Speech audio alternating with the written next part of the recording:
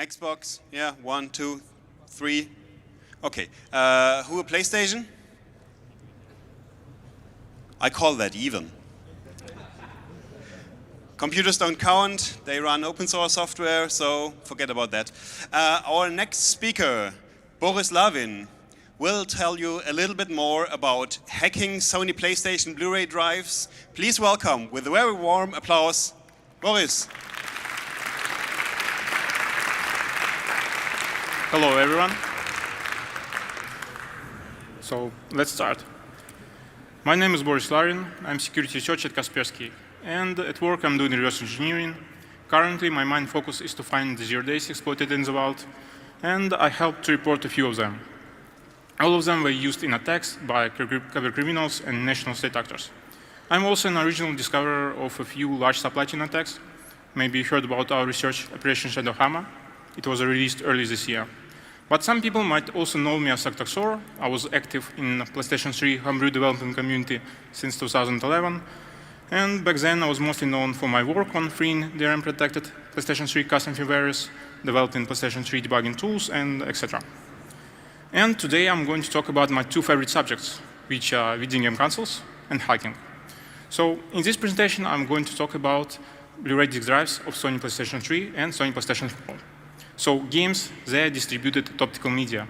So that's why drives should contain the best security possible. But it also makes it a very interesting subject for security research. And in this presentation, I'm going to discuss a process of obtaining and reverse engineering the firmware. I will provide a depth analysis of vulnerabilities and the exploitation to achieve code execution on the multiple models of Sony PlayStation Blu-ray disc drives. And I will talk about security features that are present there. But before I continue with my talk, I need to give the following disclaimer. First of all, this research doesn't have nothing to do with my employer, and this research is done purely out of curiosity and presented for educational purposes. This research doesn't anyhow help, support, enable, or endorse to break the copyright law.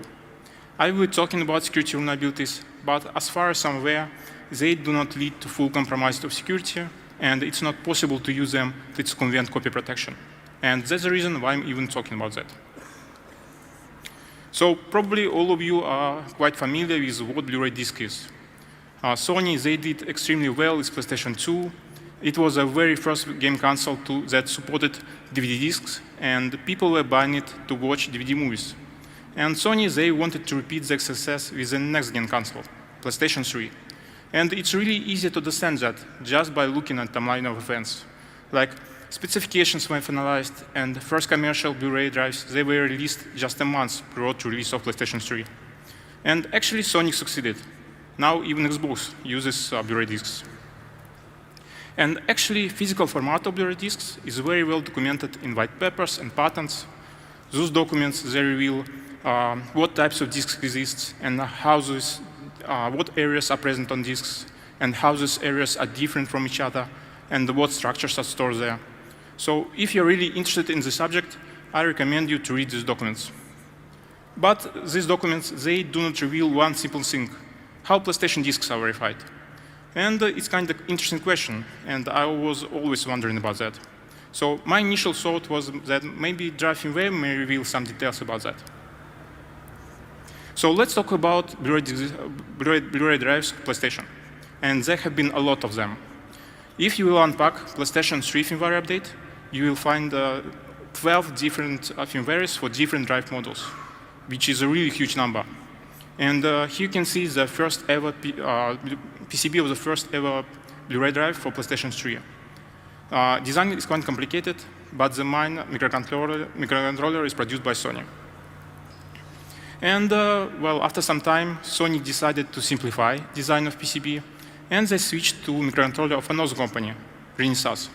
And here you can see PCB of the first Blu-ray drive with Renesas microcontroller. And after that, Sony decided to switch between Sony microcontroller and Renesas microcontroller for each new drive model. Well, I actually don't know what they were thinking, but maybe they wanted to diversify this platform to make hacking much more harder. And Sony was much more consistent with the Blu-ray drives for PlayStation 4. If you will unpack PlayStation 4 firmware update, you will find firmwares for 6 different drive models. And all of them were based on Renesas microcontroller. And only recently, there was also a new addition to this family. It was a MediaTek microcontroller. So as you see, Renesas is the most common chip for Blu-ray drives across PlayStation 3 and PlayStation 4, and that's why it's the main subject of this talk. So first of all, how did we get the firmware in the first place? Actually, this technique came out from Xbox 360 scene, and here you can see a very famous picture of kamikaze hack for Xbox 360 drive that was developed by a quite talented researcher, Jeremiah. And this hack, it abused the fact that quite often firmware is stored on a flash chip that is a separate die inside the package. And this way, it's much more easier for the manufacturer to produce such chips. But at the same time, it also makes it somehow easy to read flash contents with external tools if you are able to decapsulate package. And here you can see the decapsulated package of Renesas microcontroller for PlayStation 3 drive. You can see that flash chip is also separate die, and it's located on the top of main chip. So how are you able to dump firmware using this technique? So at first, you need to decapsulate your package. That can be done with acid. Then you cut bound wires, for example, with laser, and then you need to rebound these wires to custom PCB, for example, with special wire binding machine or with silver paint, and then you are able to read flash contents. And actually, all the steps, they were done not by me, they were done by more experienced researcher who had much more experience with this kind of stuff, and he also did quite similar things with Xbox 360 drive. But it was a quite friendly researcher because he shared his dump with me and with a few other researchers from our community, just free of charge. And the only thing that was needed to start reverse engineering was to find out what architecture it's compiled for. And I checked the website of Renesas. They got a really huge list of different microcontrollers.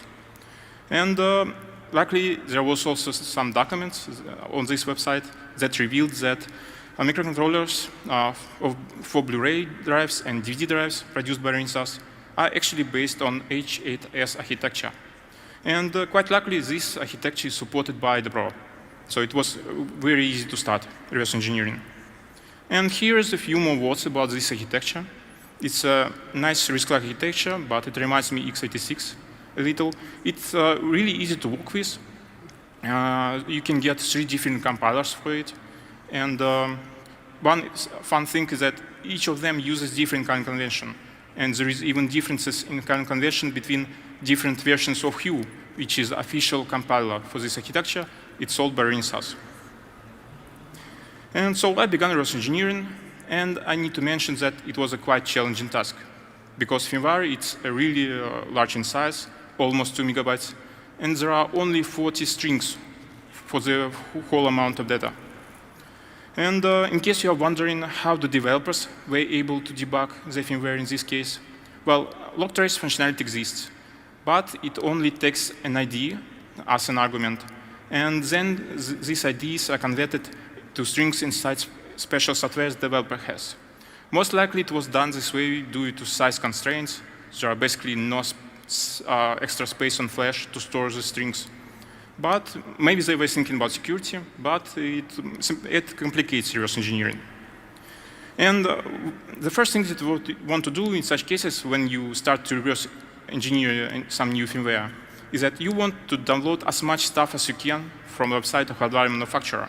You want to get source codes, you want to get libraries, you want to get compilers, and you need all of that to make the process of reverse engineering much more easier.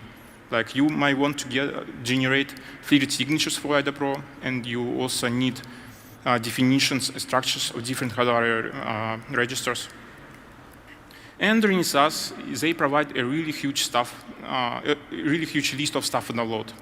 But unfortunately, any DVD, Blu-ray related stuff is not available publicly, and it's really complicated, the whole project.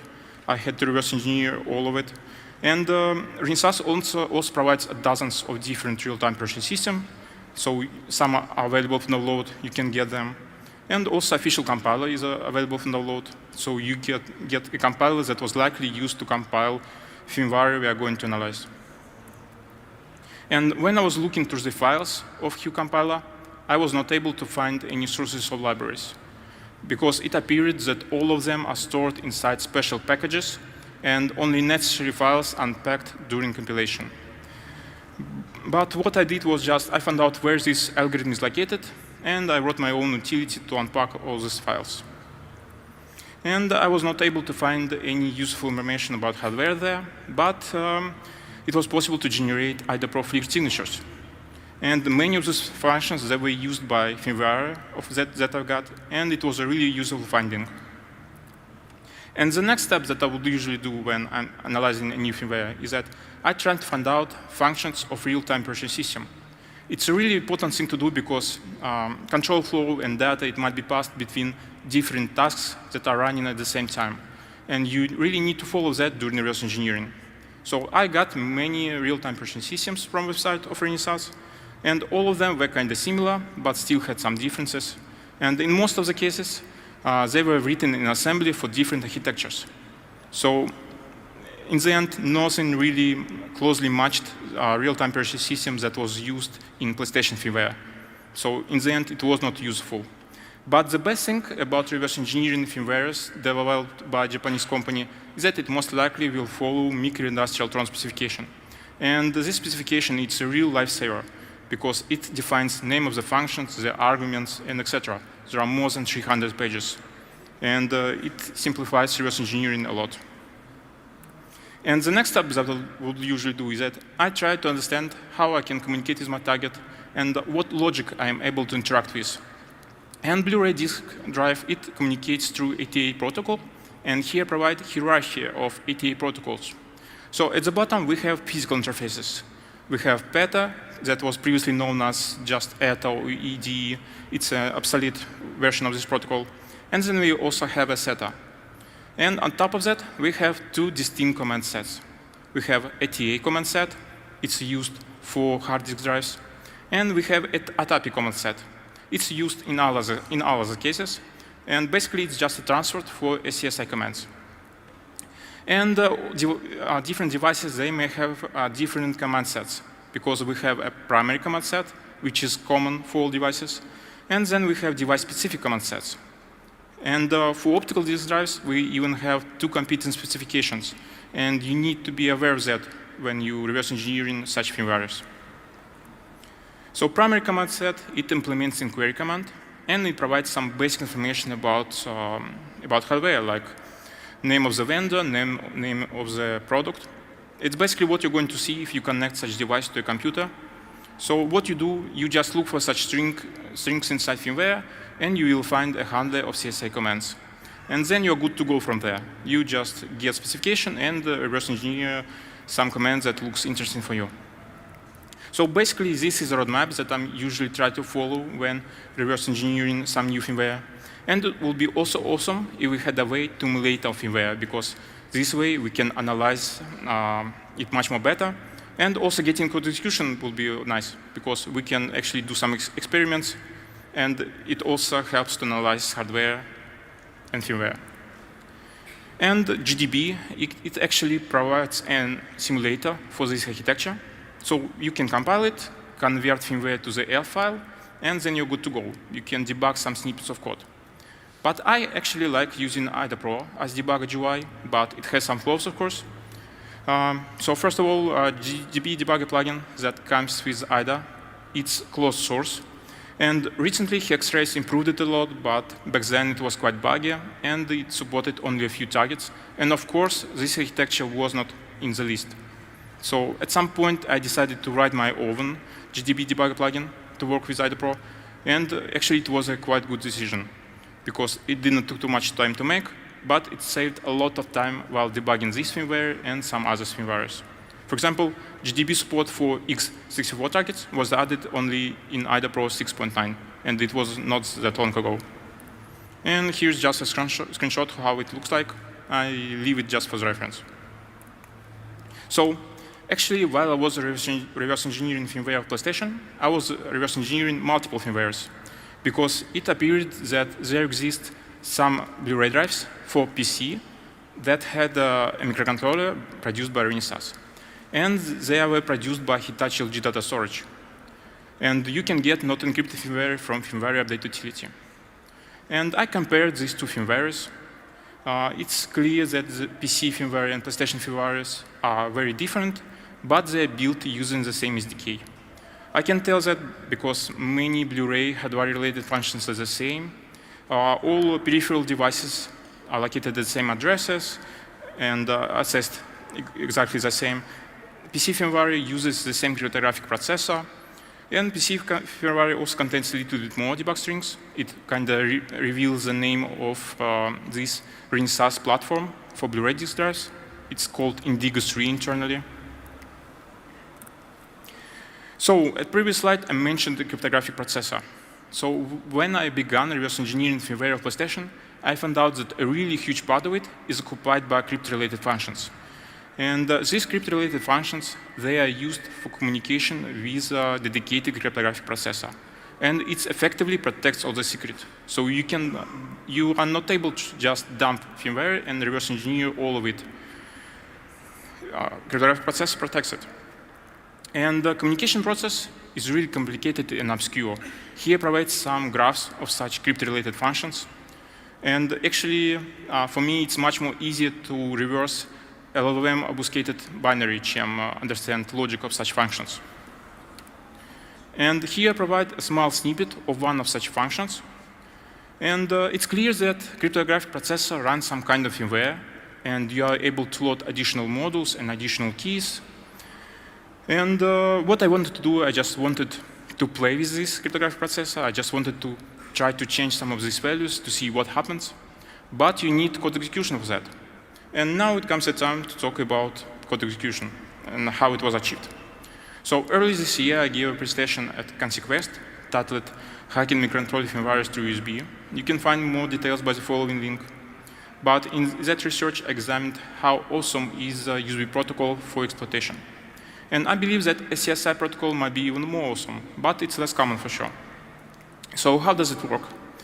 Our client sends a common descriptor block to device. I will call it just a command. And such commands, usually device supports a lot of them, and they can be used to transfer data from and into device. And device also provides status of command and also provides error code. And quite often, such commands, they have such parameters as size of the data in some logical block address. So all of that makes this protocol perfect for target for fuzzing, I believe. But I actually found my vulnerabilities through static analysis. So it seems that firmware itself was developed by some third-party company. And then when it was ready, it was handed to Sony to add console-specific stuff. And I can tell that because all general SCSI commands, they are looking kind of fine, but no commands implemented by Sony. They doesn't seem to have boundary checks. Like one of examples of vulnerable commands has operation code E1, and this command is used for authentication of Blu-ray drive and video game console. So the main target of it is to implement security. But it has auto-bound write because transfer length is not checked.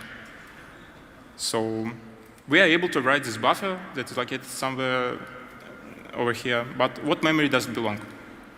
So to find out this answer, let's take a look at memory map that I was able to come up with while reverse engineering firmware of PlayStation. So at first we have normal volatile memory. We have ROM with bootloader, we have flash with main firmware. Then we have volatile memory, we have SRAM and DRAM, and it's clear that address that we are able to write belongs to DRAM. And we also have registers of peripheral devices. So let's start with SRAM. It's a static random access memory.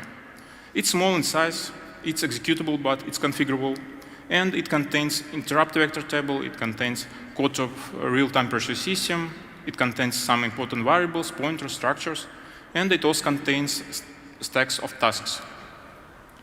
And we also have DRAM, which is dynamic random access memory. It's large in size, 8 megabytes to be precise. And initially, exact memory location was unknown because most of the time it's accessed through direct memory access. And it contains data from disk, it contains data from SSI client, and it also contains data that do not fit SRAM. Because SRAM is really small and firmware is really huge. It needs a lot of space to store its variables, so why to not store them in DRAM? And actually, one of such regions is used only for that, to store variables that do not fit to SRAM. And I also found out about the existence of another region. It's actually unused in PlayStation firmware, but I found out that it exists from firmware of Hitachi LG data storage drive. So we are able to write some data that is located inside this buffer. How to exploit that? And well, exploitation turned out to be very difficult because all variables, they are located at static addresses, and the heap exploitation techniques, they are not working there. And at first, you need to find a very good exploitation primitive, and you might need to overwrite a lot of different data upon reaching this primitive, and you need to do that without crashing the device. And I need to mention that debugging is complicated. We are not able to debug it on real hardware. So we need to emulate, understand really large portions of firmware. So in the end, I ended up reverse engineering all functions that access data in this region. And there are no virtual function pointers, so there are no good candidates for override. And there are a lot of buffers, structures, variables. Pointers exist, but there are not too much of them. But eventually, I was able to find a good exploitation primitive, and I started to develop exploit. But actually, I never finished this exploit, because while writing it, I was able to find a new source for vulnerabilities. So DSP registers are very interesting. They are responsible for the most of this drive-related functionality, like a tap interface, lather, servo, disk data demodulation, DSP firmware loading, and etc. It would be so nice if we had access to it. And actually we do. Like the whole area of DSP region is available for read and write through special SCSI commands, and those SCSI commands exist for doing just that. And here they are. It's actually a read buffer and write buffer commands with special parameters. And it seems that these functions are part of standard agnostic functionality, because exactly the same functions are also available in Hitachi LG data storage firmware. So do you remember when I said that DRAM is accessed mostly through DMA? Several registers available in DSP area are responsible for copy data from into DRAM and mapping DRAM offsets to some memory addresses. So it appeared that these regions that are used to store firmware data, they are actually mapped using these registers available in DSP region. And we have access to them with CSI commands. So here I explain how does it work. We have 4 groups of memory mapping registers, and 2 groups are set like showed on this picture, on this slide. And I do not show others 2 because they are set frequently by different functions. They are set to different different values. But these 2 are initialized early during startup, and they are set to these specific values and not touched after that. And each group of these registers, they map specific amount of data from DRAM offset to some predefined memory address. And here you also can see to which memory addresses which offsets are mapped. And DRAM offset is calculated like this. Value of region register, it's multiplied by 4000 in hex, and then this value is added to either first half or second half of DRAM, depending on the bit that is set. But that's not all. We have specially dedicated registers that allow us to read and write double word to any offset of DRAM. And here provide a pseudocode for doing just that. So we have access to DMI registers with SCSI commands. Are we able to manipulate contents of DRAM? There are multiple ways of achieving this. For example, we are able to remap this special region to some another DRAM offset, and we can we can use our exploit to overwrite some data that will be not reachable otherwise. But it may lead to different behavior, and I'll need to mention again that debugging is really complicated. And we also are able to use DMI registers to write our data directly. But actually it's not true, because these registers, they are in use by firmware. And if we will try to do something, it will lead to different behavior as well. But still, I was believing that I may exploit that. And I only needed a way to test my ideas on real hardware. And there are two ways of doing that. First of all, you are able to jailbreak your console. You can install Linux on it, thanks to file overflow, and you can communicate with Blu-ray drive. Another option, you can disconnect your Blu-ray drive from console and connect it to PC. And I decided to go with the second route because it's much more convenient, and likely it was possible to buy a ready-made solution for doing just that. I actually wanted to test my ideas on PlayStation 4 drive because PlayStation 3 drive and PlayStation 4 drive, they are very the same. They just using different FFC connectors. But difference is not that big because I was able to modify FFC cable of PlayStation 4 with scissors, and it worked with public solution for PS3 drive. So this is basically how my the whole hacking setup looked like. And it's a drive of PlayStation 4, by the way. So the first thing that I did was to dump the whole DSP region, and it was quite a surprise, but address of DMA request and value of DMA requests, they were set to zeros, and it will indicate only one of two things. It's either inside my model, hardware revisions that I've got, DMA registers are not present at all, or they're just unused. And they were just unused. So in newer models, Sony accidentally stopped to use DMA to access DRAM. They started to use absolute memory addresses. And it grants us a full read-write access to the whole RAM. Yeah. So doing cool stuff with full access to DRAM. Usually DRAM is full of this data. But when there is no disk inside, there are a lot of unused space. And this space is used to store firmware during system update. And the procedure of Blu-ray drive firmware update for PS3 is well documented. You can find it on our wiki. And this procedure is exactly the same between PlayStation 3 and PlayStation 4. But here I try to explain how it looks like from the side of Blu-ray drive. So at first, block of firmware is received with write buffer command. And firmware checks, is it a first block? If it's the case, then it will initiate a special structure and will store this block to DRAM. And then it checks if all blocks are received. If all blocks are received, then it will try to validate the hash. And if hash is correct, it will start to decrypt firmware. But this process of decrypting firmware, it may take some time. And how this logic was intended to work is video game console should send a test unit ready command to check if firmware was already decrypted. And there is a special logic inside that checks if it was decrypted, then it will copy firmware update code to SRAM and executes it. So do you see a problem here? Well, basically, it's time of check to time of use vulnerability.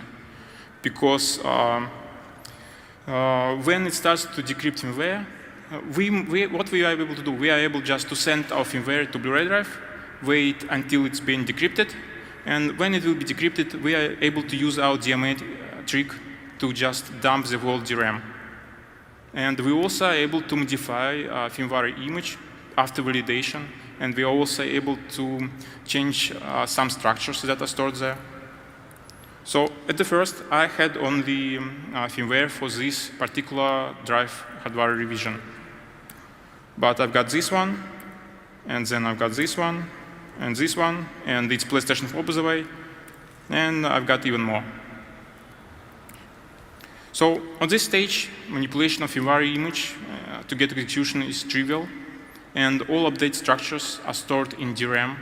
It's basically a hint for those who want to repeat my steps at home. And when you exploit such devices, usually you need to be extremely careful, because this device, it has internal memory. If you corrupt something there, you will turn your device into brick. So you will have to spend a lot of money to buy just a new device and do your experiments all over again. But actually, in this case, I need to mention that a special mini firmware exists. It's called emergency boot. And well, during boot, bootloader checks if your main firmware has a valid hash, and if it's not the case, then this special firmware will be executed. So you will still be able to unbrick your device. So why did it happen? Most likely scenario that is that when firmware was handed to Sony to add console-specific stuff, engineers didn't really understood functionality that is available through DSP registers. And CSA commands to read and write DSP registers, they were left for diagnostic purposes for sure. But security risks represented by free use of DSP registers, they were not really considered. So with code execution, I was able to do some experiments. Like community always wondered, what is this mastery block data that Sony puts to disk when it's processed at factory? Because algorithm to decrypt it was nowhere to be found. And I was able to decrypt it, and actually there are nothing interesting inside. Here you can see Final Fantasy 15 for Ps4, and at first there are just 16 random bytes. It's just a padding. They are not used anyhow. And then just a few flags to set some drive identification states. And for me, it also was interesting to see how disk keys are obtained, because this information should be somehow related to the way how disks are verified. And for Ps3, there are two disk keys. One is used for decryption of disk data, and another one is used for encryption of saves data. And all of this is about the same for Ps4. And I found out that disk keys are returned from cryptographic processor, but it happens only in case of drive identification. So initially I was thinking that this logic to read and construct these keys, it should be located there, inside cryptographic processor. So here are a few more words about drive identification. So the drive identification and drive cryptographic processor, it's the main things behind optical disk drive security of Sony PlayStation. And drive identification is secure and performed with peer console keys, and I know only two ways to obtain those keys. You either need to hack cryptographic processor of video game console, it's called a spoof for Ps3 or SAML for Ps4, or you need to hack cryptographic processor of Bluray drive.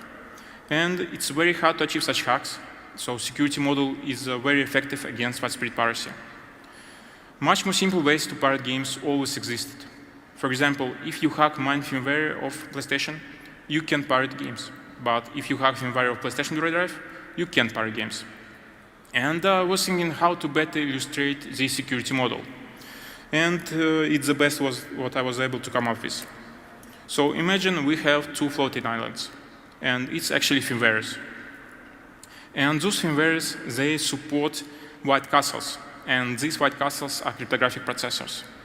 And please take a notice that there are no entrances to those castles, so you are not allowed to get in from firmware.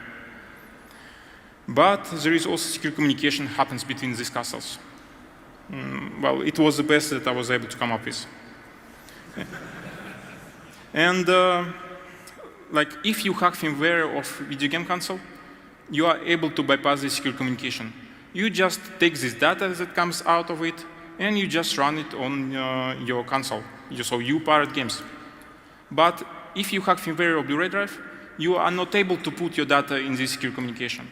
You are not able to send this key, so you are not able to pirate. And I also was able to play with cryptographic processor.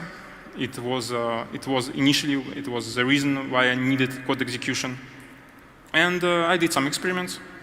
I was able to load crypto firmware of PlayStation 3 drive to PlayStation 4 drive. And PlayStation 4 drive, the cryptographic processor started to behave exactly like it should on PlayStation 3. Even some offsets of some cryptographic registers, they have changed. So it proves my idea that it runs some kind of firmware. And like, as you know, I mentioned that communication process is quite complicated, and I wanted to try to change some values. So I wrote a specially dedicated fuzzer to flip some bits of these values that are set to registers. And it was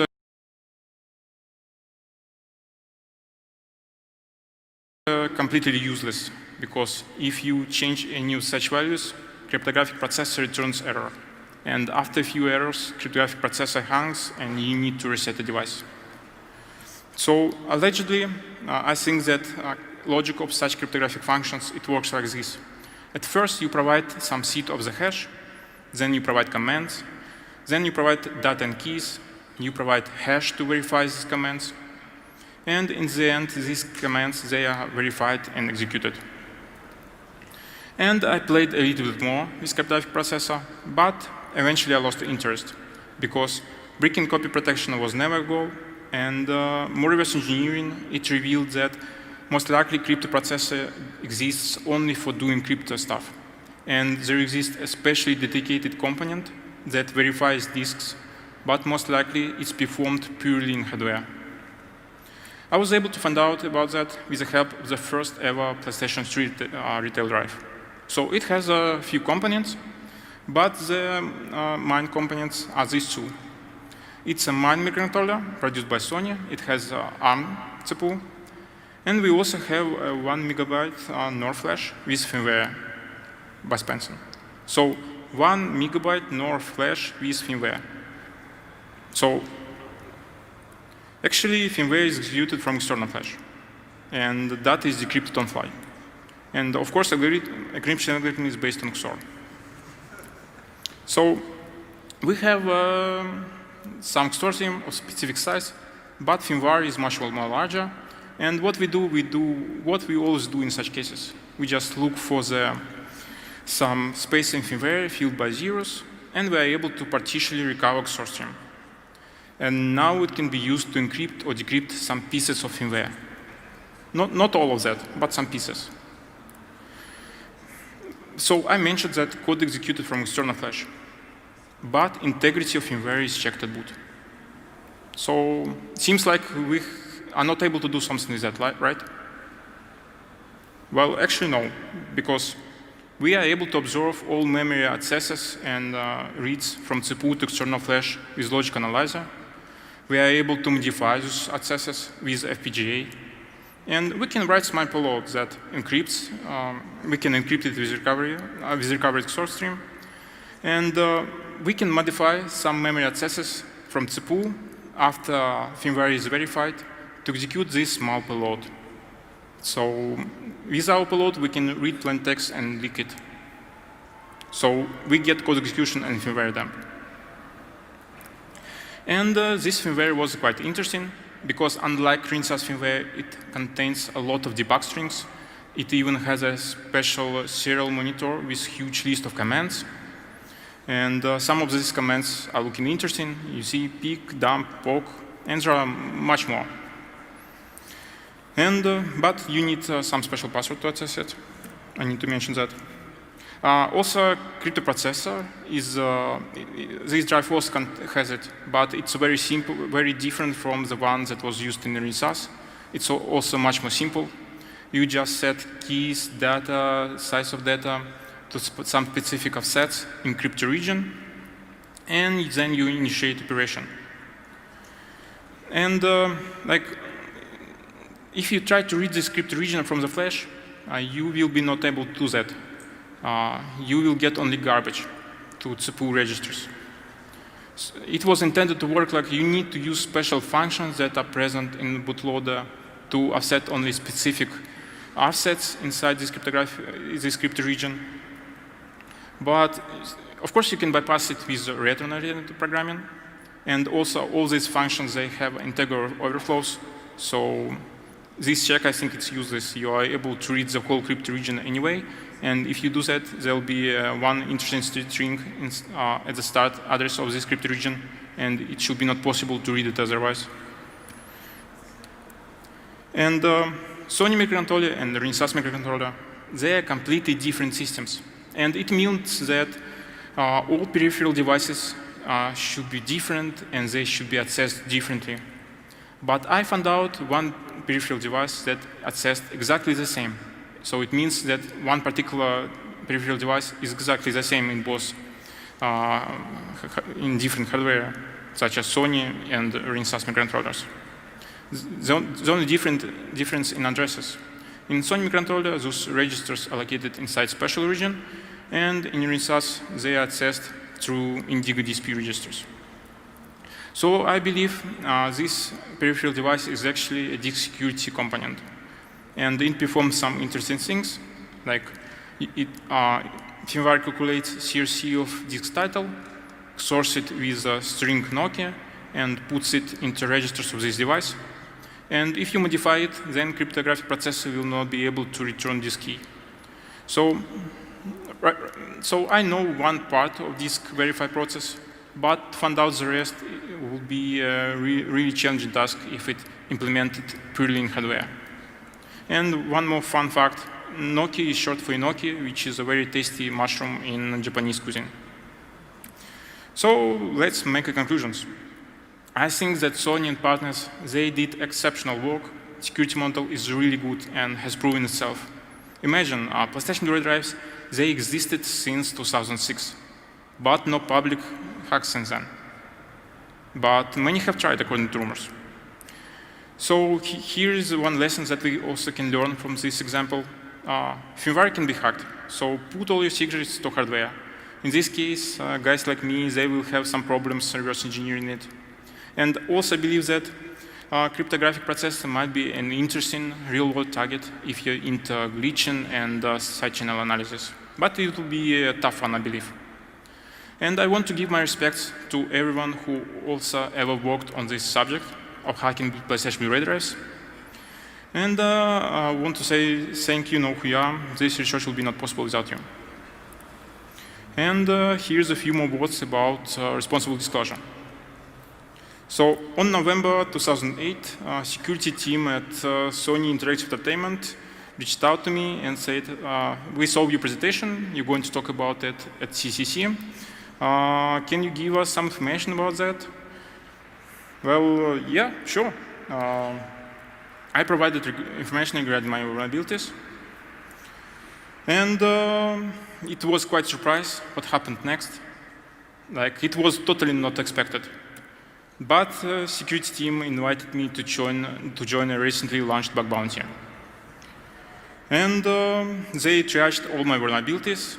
They told me that it's high and 2 medium severity bugs. They told me that it's not critical in no way. And all vulnerabilities were fixed in the latest system software versions that come out just 9 days ago. So it seems that I have become a first researcher who won a bounty for PlayStation bug.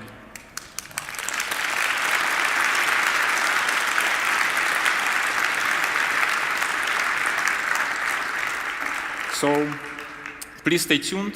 Sony is about to announce something really awesome. I'm sure that all of you are going to like that. And actually, I had a very pleasant experience with working with them, and I can recommend you do that in the future. So all my slides, they will be uploaded by the following link, and I want to say thank you.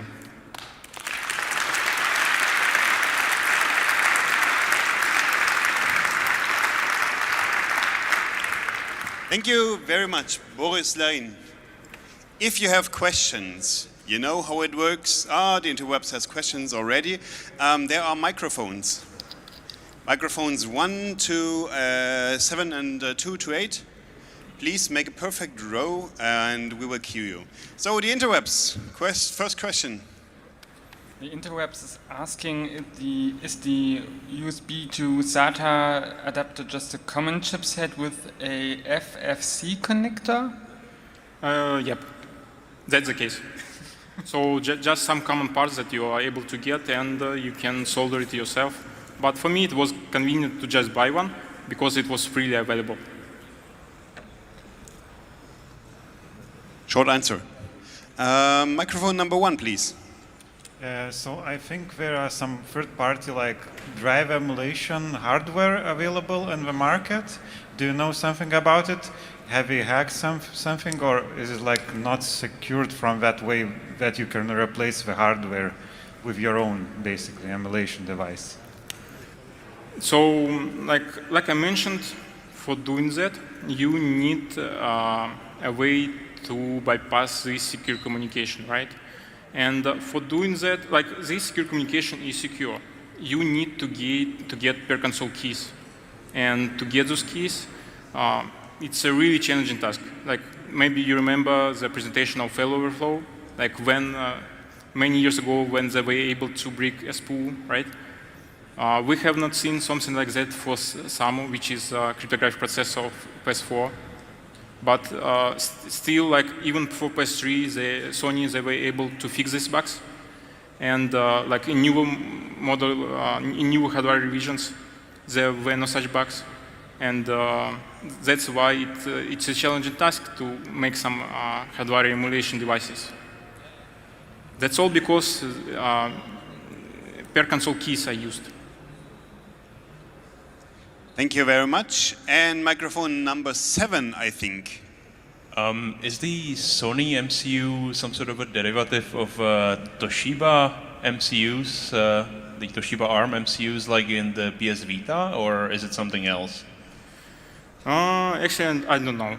I have spent the most of this, the most of time of my research on looking at Renaissance stuff, and I actually never had a chance to take a look at Toshiba PSP stuff. So I actually not able to tell you for sure. Okay, thanks. Microphone number 2, please. Have you looked at how the drive verifies whenever a disk is a real PS3 or PS4 disk from the manufacturer, or is it just a home burned disk? No, so yeah, it's actually was present in my presentation. So I believe that a specially dedicated component exists, and disks they are verified by this component, and this logic is implemented by hardware. And I know that some parts exist, like to set some data from software, like this one where it calculates CRC of disk title and stores it with some magic value. I'm sure that this is part of disk verify process, but the rest of the magic, it's unknown because it is hardware. You need to reverse engineer this, yeah, and this kind of hard. Okay, thanks. The internet. The internet has a more complex question for you. Why is there more interest in hacking PS3 or 4 than Xbox? Maybe because there's no need to privacy, because every Xbox game is a Windows game?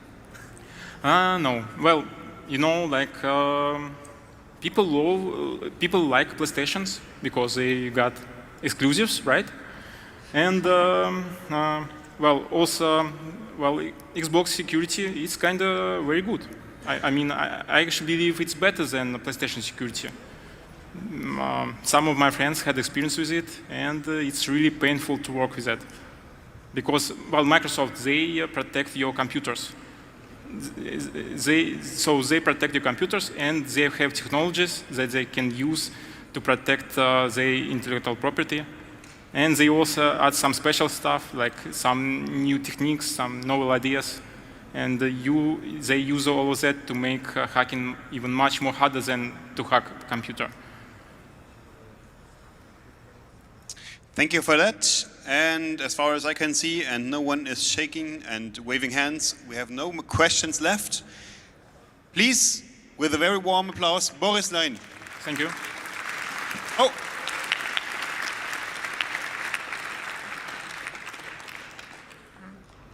I think we're out.